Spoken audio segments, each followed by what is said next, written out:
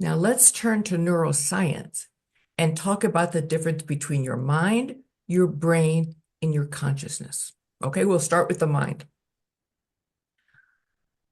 As I said, your mind is not your consciousness. Your mind thinks, feels, and perceives based on a lifetime of prior conditioning. Your consciousness witnesses those thoughts, emotions, and perceptions without judgment. It's the neutral observer. Your mind is also not your brain, but they work together. Let me explain. Your brain, which controls your behavior, is an organ in your head that responds to your thoughts and feelings by which trigger electrical chemical impulses.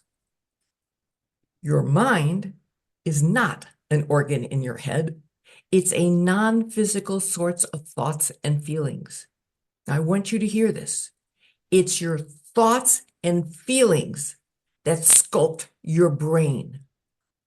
What that means, and I'll explain it in a minute, but what that means is your mind is the master. Your brain is the servant. That's why the Course says all power is given you through your mind. What you continually think and feel gets wired in your brain. And here's how it works. Every time you think a thought or feel a feeling, it goes directly to a neuron, a brain cell, which sends it to another neuron, forming a neural pathway. And this triggers the release of chemicals like dopamine or cortisol. And the more you think a thought or feel an emotion, the deeper and stronger the neural pathway grows. And it's that neural pathway that determines your choices and your behaviors. It's called Hebb's law. What fires together, wires together. And at the same time all this is happening, the more addicted you're becoming to the chemicals being released. And before long, your behavior becomes an unconscious habit, your thoughts a hardwired belief. You want to know how your brain's wired?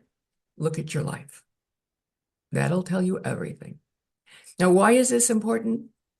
Because you don't manifest by changing your behavior, by efforting, by working harder, but by consciously choosing to think and feel differently.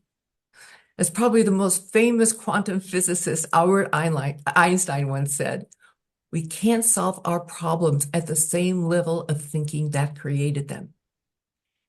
Shifting your thoughts triggers neuroplasticity, the brain's ability to rewire itself, which can happen at any age.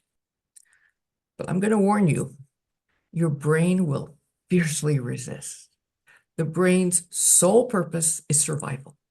It does not want to change, so it will stubbornly cling to the safety of the familiar and the predictable, even if you don't like it, even if it doesn't feel good. Plus, you become addicted to those old emotions. So what do? Let's go deeper into the mind, okay? As the Course explains, our mind has two thought systems, or two voices in our head. We have the voice of the ego, which is the voice of fear. We have the voice of spirit, which is the voice of love.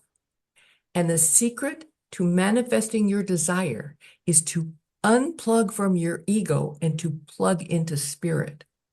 Remember, any emotion, any thought continually repeated is what gets wired into your brain.